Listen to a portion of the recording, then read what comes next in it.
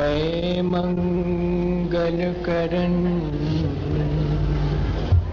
वीतराग विज्ञान नमो ताहि जाते भये अरहंतादिमा जो विद्यादि सागर सुधी जो विद्यादि सागर सुधी गुरु हैं हितैषी शुद्धात्म में निरत नित्य हितोपदेशी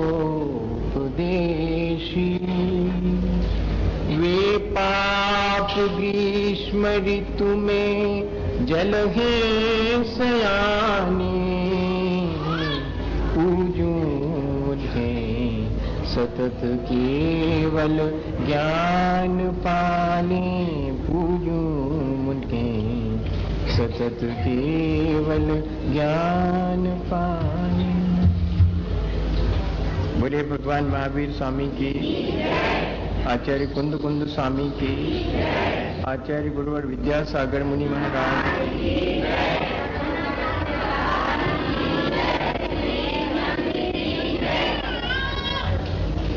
पिछले दिनों हम लगातार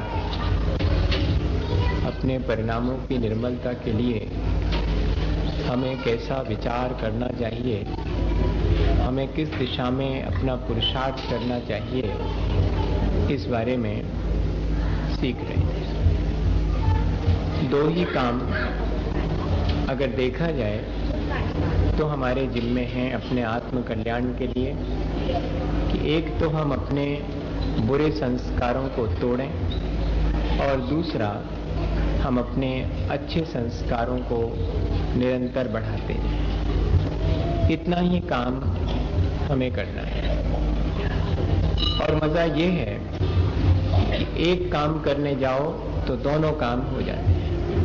यदि हम पुराने बुरे संस्कारों को तोड़ने की प्रक्रिया करते हैं तो बुरे संस्कार तो टूटते ही हैं, साथ साथ अच्छे संस्कार भी प्रबल होना शुरू हो जाते हैं। अगर हम अच्छे संस्कार प्रबल करना चाहें तो अच्छे संस्कार भी प्रबल होते हैं और बुरे संस्कार टूटते हैं। दोनों साइमल्टेनियस एक साथ होने वाली प्रक्रिया है। अनुप्रेक्षा हमें सलाह देती है, हमें पुरुषार्थ की दिशा तय करने में मदद करती है। पुरुषार्थ तो हम सब करते हैं, लेकिन किस दिशा में करना है पुरुषार्थ? हमारा पुरुषार्थ थोड़ा बहुत सही दिशा में होता है, गलत दिशा में ज्यादा हो जाता है। संस्कार वश हो जाता है, अज्ञानता वश हो जाता, प्रमाद वश भी। तीनों चीजें हमारे साथ हैं। बहुत सारे अपराध हम संस्कार वश करते हैं, बहुत सारे अपराध हमारे अपने मोह की वजह से होते हैं, बहुत सारे अपराध हमारी अपनी अज्ञानता की वजह से।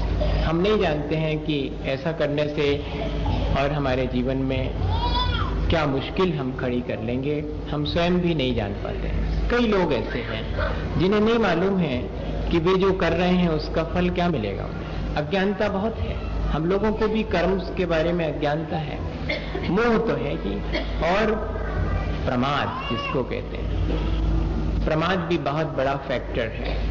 अपने हित के लिए चिंतित नहीं होना, कुशलेषु अनादरः, जिसमें हमारी कुशलता है उसके प्रति उत्साह नहीं होना, ये भी तो एक संस्कारों को सुधारने में बाधक बनने वाली चीज है।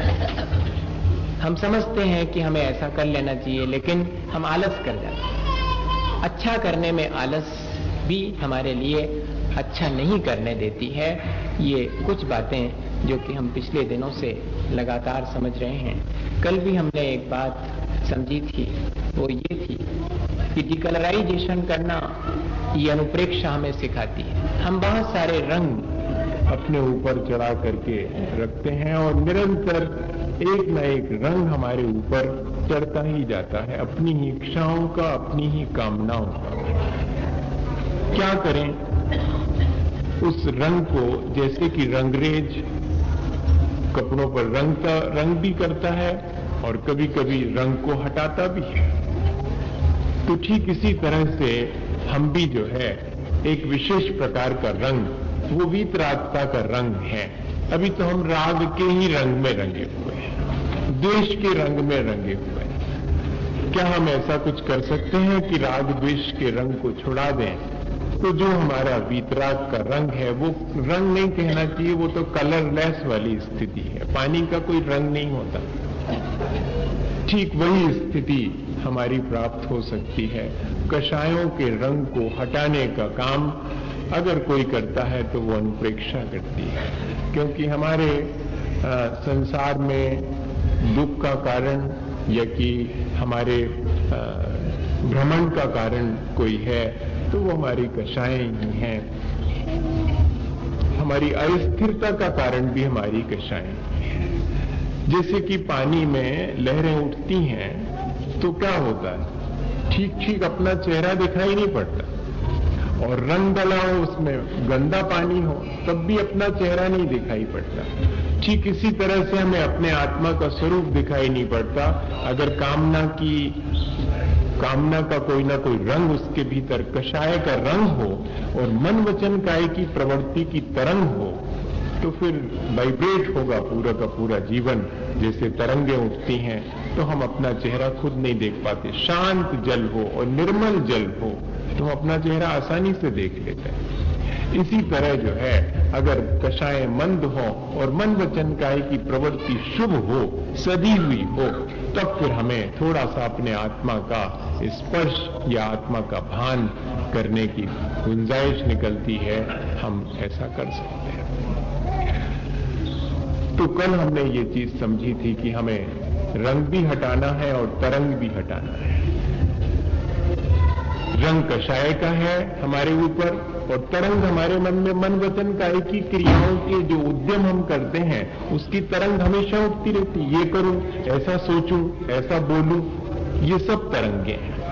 और अगर हम इनमें उलझे रहते हैं तो हमें अपने आत्मा के बारे में जानने की फुर्सत नहीं रहती। तो अपने आत्मा के बारे में जानने के लिए, अपने स्वभाव के बारे में, या ऐसा कह लीजिए अपनी वास्तविकता के बारे में, एक्चुअली हम हैं क्या, हमें क्या करना है, इसके लिए थोड़ा सा हमारे पास गुंजाइश तो होनी चाहिए, तो बहुत आवश्यक है।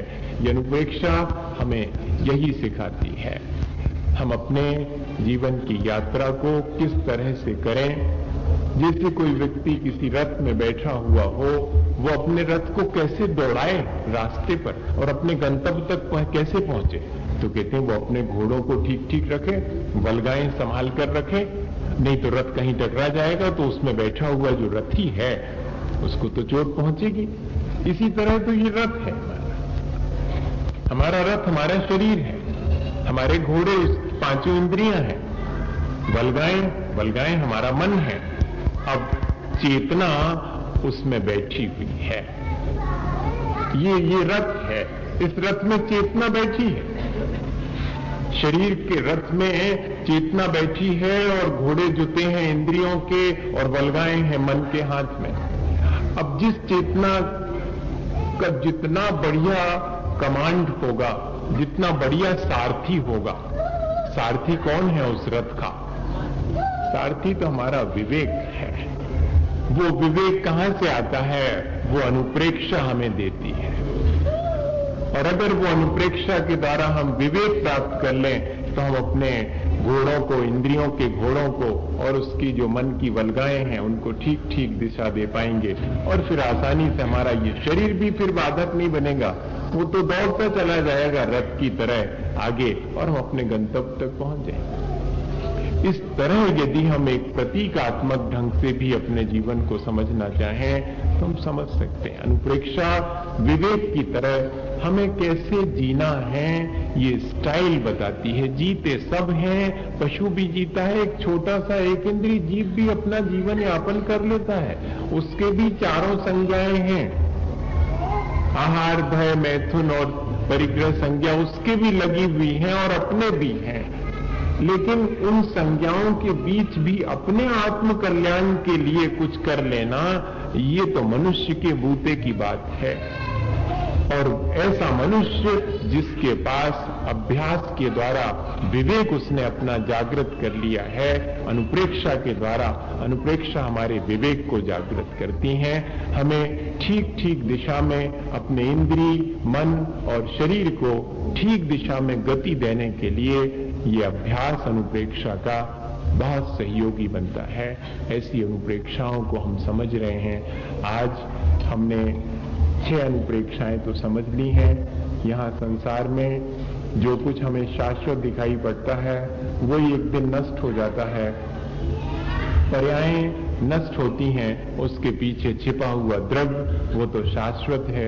ऐसी दृष्टि देने वाली अनित्य अनुप्रेक्षा। यहाँ संसार में हम संबंध बनाते हैं, वे संबंध कुछ थोड़े समय के लिए ही हैं। हम उन संबंधों का लाभ लें, लेकिन उन संबंधों में आसक्त न हो और संबंधों से ज्यादा अपेक्षा न रखें कि ये हमारे संबंध हमारा कुछ काम कर पाएंगे। वास्तव में तो यहाँ संसार में कोई शरण नहीं है। शरण अगर है तो देवगुरु शास्त्र की है। अपने परिणामों की निर्मलता के लिए वे ही हमारे लिए सहयोगी हो सकते हैं। इस जीवन में नहीं, हमेशा हम उनको अपने भीतर रख सकते हैं। बाकी जो शरण लेते हैं यहाँ वो तो छूट जाती है, पीछे थोड़ी दूर तक जाती है। ज्यादा से ज्यादा व्यक्ति जाता है तो मरघट तक जाता, उसके बाद तो कोई साथ में नहीं जाता। ऐसा हमने विचार किया और ऐसा विचार करके अपने संबंधों को एक बार फिर से गौर से देखा कि कहीं ऐसा तो नहीं कि संबंध मुझे आसक्त करते हों। संबंध उपयोग के लिए हैं, अपने जीवन के लिए। अभी किसी ने मुझे यहाँ पर एक छोटा सा कागज रखा है, उसमें मैं सोचता हूँ कि यही बात उनके समझ में नहीं आई है कि शरीर खाता नहीं है और आत्मा खाती नहीं है, तो फिर कौन खाता है? ये भी इसी तरह की चीज है कि आखिर हम क्या करें। हमारे संबंध तो हैं, हमारा शरीर से संबंध है, हमारे अपने परिवारजनों से है, हमारे अपने समाज से है, देश से है, सबसे संबंध है। तो क्या ये है नहीं संबंध? कहते यही समझने की चीज है। संबंध होते हुए भी नहीं है भी और नहीं भी है। ये शरीर मेरा है भी और नहीं भी है। ये शरीर मेरा है क्योंकि मैंने अपने कर्मों के द्वारा इसे उपार्जित किया है, इसलिए मेरा ही है। ये मेरा ही अपराध है, लेकिन मेरा स्वभाव नहीं है। मैं जब अपने स्वभाव में होता हूं तब फिर मुझे शरीर की आवश्यकता नहीं होती है। जब मैं अपनी विकारी अवस्था में हूं तब मुझे शरीर को अपना तो मानना पड़े, और फिर शरीर के आश्रित जितनी चीजें हैं वो सब भी मुझे अपनी ही मानना पड़ेंगी। उन सब के लिए सुरक्षा देने के लिए, उन सब का सदुपयोग करने के लिए वे मेरी है, पर वास्तव में देखा जाए तो मेरी नहीं है। मेरी अपनी अज्ञानता की वजह से है। इसी तरह शरीर मेरा नहीं है, शरीर खाता भी नहीं है, न चेतना खाती है। दोनों अपनी शुद्ध अवस्था में होते, न पुद्गल अपनी शुद्ध अवस्था में कोई ऐसा व्यवहार करता है, न चेतना अपनी शुद्ध अवस्था में ऐसा व्यवहार, लेकिन दोनों की मिली जुली अवस्था है, संयोगी अवस्था है। दोनों एक दूसरे से विकृत होकर के मिल गए हैं, इसलिए ऐसा व्यवहार आता है कि भाई शरीर खाता है या आत्मा भी खाती। व्यवहार से तो आत्मा भी खाएगी, नहीं तो कौन खाएगा? मुर्दा थोड़ी खाता है। तो मुर्दे को खिलाओ तो कैसे? उसमें चेतना है तभी तो वो खाता है। तो फिर कहते चेतना खाती है तो सिद्ध भगवान खावे, कहते सिद्ध भगवान भी नहीं खाते। इसके लिए टूरडमल जी ने बहुत अच्छा उदाहरण दिया कि किसी एक के मत्थे मत ठोको, न शरीर का है न आत्मा अकेले का है, दोनों का मिला जुला है। जैसे कि किसी के एक बेटा हो गए तो मुझे बताओ कि वो बेटा किसका है? वो अपनी माँ का है या पिता का है? तो अगर नाना के घर में है और नाना से पूछो कि जो को आए तुम्हारा, हमारी मोड़ी को लड़का आए, वो तो यही कहेंगे हमारी बेटी का बेटा है ये। और उधर जाकर के दादा से पूछो कि कौन है ये, हमारे लड़के का लड़का है ये। अच्छा, तो दोनों झूठ कह रहे हैं क्या? नहीं, दोनों ठीक कह रहे हैं। है वास्तव में तो दोनों का ही, लेकिन जहां जैसी विवक्षा है, दादा से पूछोगे तो अपने बेटे का कहेंगे और उसके नाना से पूछोगे तो अपनी बेटी का कहेंगे। है किसका? अकेले बेटी का है या बेटे का है? दोनों का है। तो अगर कोई ये पूछे आत्मा के स्वभाव की अपेक्षा से पूछेंगे तो कहेंगे कि आत्मा आत्मा का नहीं है, वो तो पर्याय का, वो तो शरीर का धर्म है, खाना पीना शरीर का धर्म। शुद्ध निश्चय से पूछोगे तो कुछ भी नहीं बैठेगा, और व्यवहार से पूछोगे तो व्यवहार तो कहेगा कि हाँ भैया आत्मा भी खाती है और शरीर भी खाता है, दोनों की संयोगी अवस्था है, इसलिए ऐसा व्यवहार है। यही बात यहां पर भी है। जो कुछ भी हमें यहां पर संसार में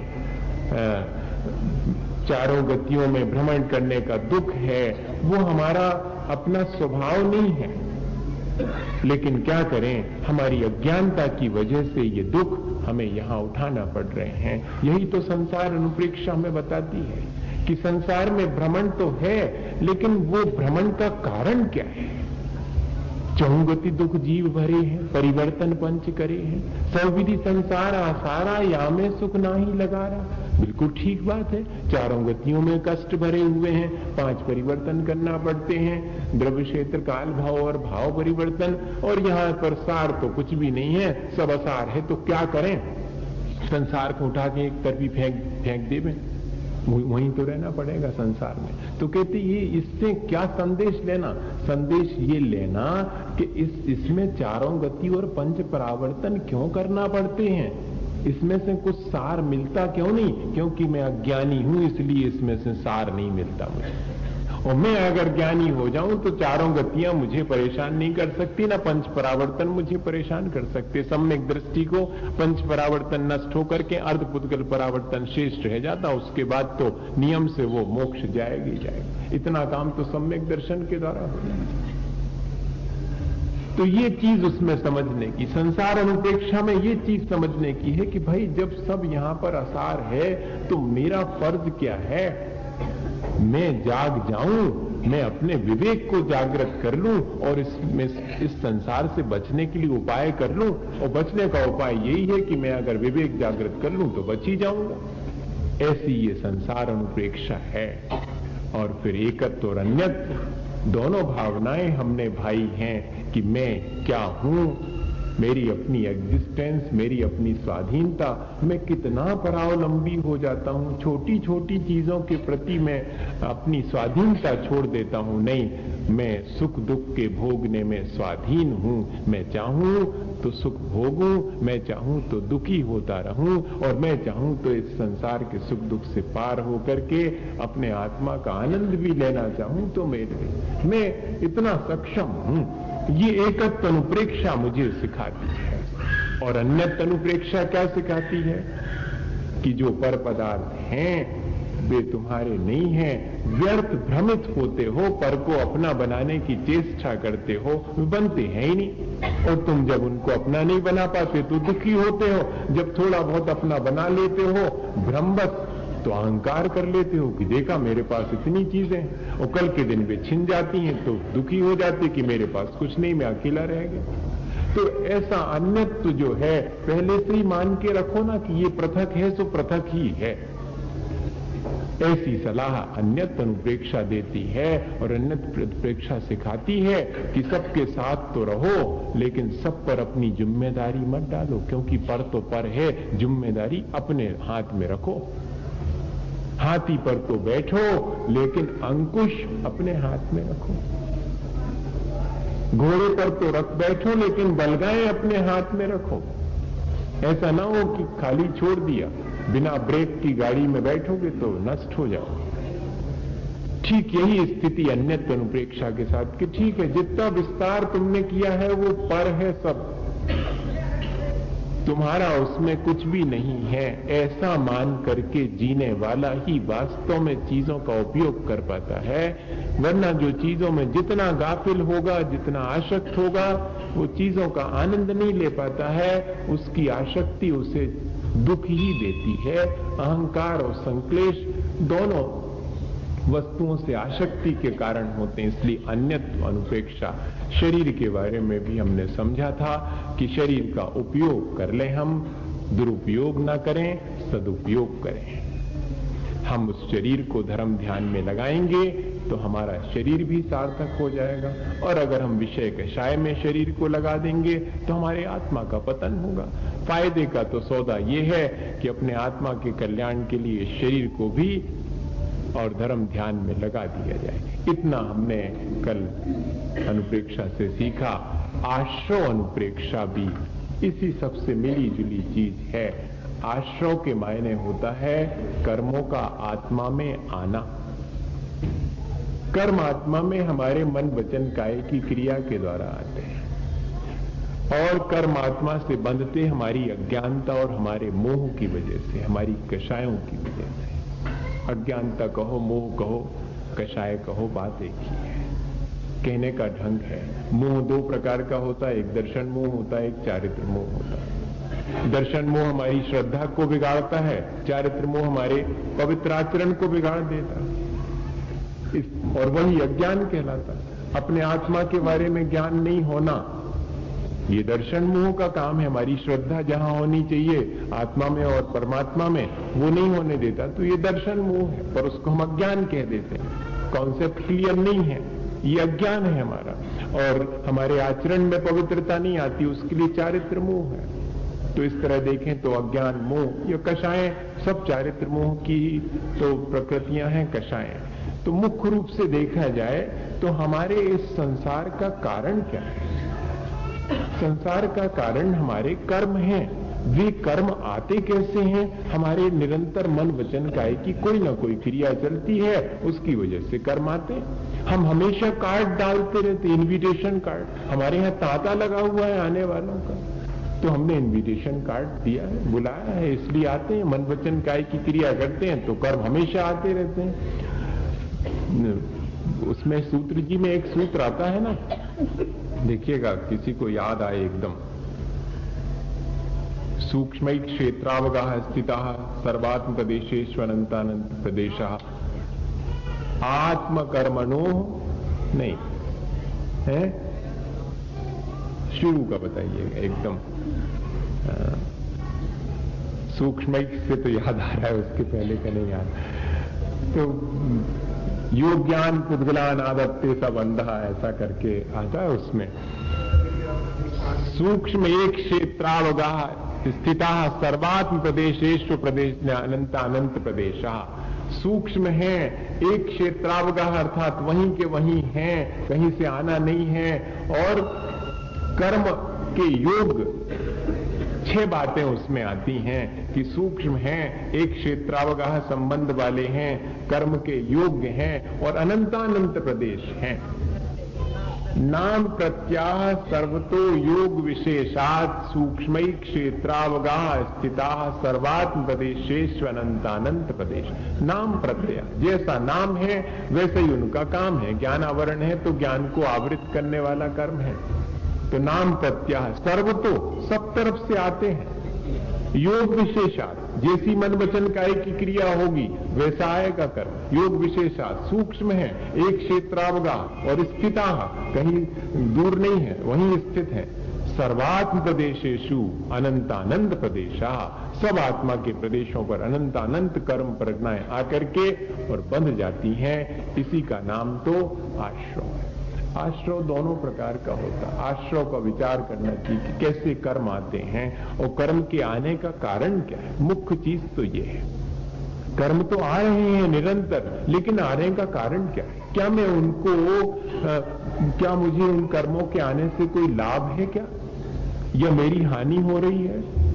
जिस चीज के आने से लाभ हो उस चीज को आने दो, जिस चीज के आने से हानि हो उसको मत आने दो। इतना तो है ही। अब आ तो रहा ही है, कर्म निरंतर आ रहे हैं, अच्छे भी आ रहे हैं, बुरे भी आ रहे हैं। 2 ही प्रकार के कर्म होते हैं, अच्छे कर्म और बुरे कर्म। अच्छे कर्म कैसे आते हैं ये भी हमें जानना चाहिए, बुरे कर्म कैसे आते हैं ये भी हमें जानना। हमारे परिणामों पर निर्भर करता है कि अगर हम अच्छे परिणाम करते हैं, मन वचन काय की क्रिया शुभ है अगर, तो जो कर्म आएंगे वे शुभ होंगे। और हमारे कषायों की मंदता है तो जो शुभ कर्म हैं उनकी स्थिति अनुभाग ज्यादा पड़ेगा, और जो अशुभ कर्म हैं उनका स्थिति अनुभाग कम पड़ेगा। और कषाय अगर तीव्र है तो जो अशुभ कर्म हैं उनकी स्थिति अनुभाग ज्यादा पड़ेगा और जो शुभ कर्म है उनका स्थिति अनुभाग कमती पड़ेगा। हमें घाटा ज्यादा होने वाला है। करेंगे और तीव्र कषाय करेंगे तो जो है हमारी आमदनी कम है, घाटा ज्यादा है। और अगर हम अपनी कषायों को मंद कर लेते हैं, मन वचन काय की क्रिया तो करनी है लेकिन शुभ करनी है, तो अगर शुभ क्रिया करते हैं तब हमारे लिए फायदा ज्यादा है। इतना सा ही विचार हमें इस अनुप्रेक्षा के बारे में करना चाहिए, क्योंकि जो जोगन की चपलाई ताते हुए आश्रव भाई, आश्रव दुष्कार घनेरे बुद्धिवंत तिन्हें निर्वेरे। जो बुद्धिमान है वो उससे बचते हैं आश्रव से, पर योगों की जो चपलता है, मन वचन काय की जो क्रिया है, उससे तो निरंतर आश्रव हो रहा है। अब जब निरंतर ही हो रहा है, हमारा कोई उसमें वश नहीं है, तो हम क्या करें फिर? ये तो देखने वाली, हम अनुप्रेक्षा से पूछें, उससे सलाह लें कि भाई जब निरंतर मन वचन काय की कोई ना कोई क्रिया तो होगी, उससे कर्म आएंगे, तो हम क्या करें? तो कहते कि कोशिश करो कि मन वचन काय की क्रिया रुके, और न रुक पावे तो अशुभ तो ना होवे, शुभ हो जाए। जितना बन सके 24 घंटे में मन का उपयोग शुभ में लगाना, वाणी से शुभ ही वचन बोलना और शरीर से शुभ क्रिया करना। कहते हिंसा की क्रिया, झूठ की क्रिया तो सब अशुभ है, और अहिंसा और सत्य की क्रिया सब शरीर से हो, चाहे मन से हो, चाहे वाणी से हो, शुभ हो जाएगी। तो शुभ कर्म हमारे आवे। फिर बाद में कहते हैं कि शुभ कर्म भी जो है वो कहीं कहीं पर आएगा कि वो भी है। कर्म बंध की अपेक्षा देखा जावे तो शुभ और अशुभ तो दोनों ही कर्म है, तो बंध और आश्रव की अपेक्षा तो दोनों आश्रव है। हमें तो आश्रव से बचना है, तो कहते पहले अशुभ के आश्रव से बचा जाता है, और जब अशुभ के आश्रव से बचेंगे, शुभ का आश्रव होगा, तो फिर शुभ के आश्रव से बचना नहीं है, फिर तो आत्मा में लीन हो जाएंगे, तो शुभ का आश्रव अपने आप निरुद्ध हो जाएगा। शुभ की निर्जरा करने की बात कहीं नहीं है, शुभ का संवर करने की बात कहीं नहीं है, शुभ का तो संचय करने की बात है। अशुभ का आश्रय रोकने की बात जरूर आती है कि अशुभ क्रियाओं से बचें हम। पहले धर्म क्रियाओं में इसीलिए हम लगते हैं ताकि हम पाप की क्रियाओं से छूट जाएं, और धर्म की क्रिया में लग करके हम जैसे ही अपने आत्मा के शुद्ध स्वरूप की तरफ दृष्टिपात करते हैं, तो फिर हमें वो शुभ क्रियाएं भी फिर बाधक नहीं बनती। बाधक तो अशुभ क्रियाएं हैं, शुभ क्रियाएं तो साधक बनती हैं, लेकिन वे हमारा साध्य नहीं है। ये बात बिल्कुल पक्की है, ये क्लियर रखना एकदम मन में। शुभ क्रिया भी मेरा साध्य नहीं है, वो मेरा साधन है। अशुभ से बचने के लिए मैंने साधन की तरह उस शुभ को, जैसे कि मुझे उस पार जाना है तो नाव चाहिए, इस पार से उस पार जाने के लिए नाव मेरा साध्य नहीं है, उस पार का किनारा मेरा साध्य है, लेकिन क्या करूं, बीच में रास्ते में मुझे नाव का आलंबन सहारा आवश्यक है, वो मुझे उस पार तक ले जाए। इतना ही शुभ का काम है। तो मन वचन काय की शुभ क्रिया और कषायों की मंदता का नाम विशुद्धि कहलाता है। तो विशुद्धि इन दोनों के माध्यम से ही हम अपने आश्रव को रोक सकते हैं, आश्रव को डायरेक्शन चेंज कर सकते हैं, उसको शुभ कर सकते हैं। दोनों प्रकार का आश्रव हमारे हाथ में है, हम जैसा चाहें वैसा आश्रव कर सकते हैं। बुलाया तो हमने है, बुलाया है तो अब हमारा बिहेवियर जैसा होगा वैसा रुकेगा। अगर बुरे कर्म आ गए हैं और वे हमको तकलीफ पहुंचा रहे हैं तो आगे से सावधान रहो कि उनको इनवाइट नहीं करना, उनके साथ अच्छा व्यवहार मत करो। बुरे कर्म आ जावे तो समता रखो, तो आगे फिर वे ठहरते नहीं हैं, वे चले जाते हैं अपने आप वापस। क्योंकि मेहमान को बुला लिया और उससे बातचीत नहीं करी तो दूसरी बार थोड़ा आएगा, वो कहेगा भैया इनके बुला तो लिए थे, मैंने बिल्कुल कचू, मैंने रीझ बूझ ही नहीं है कुछ, उनके पहुंच जाओ तो ध्यान ही नहीं देते, अब नहीं जाएंगे इनके।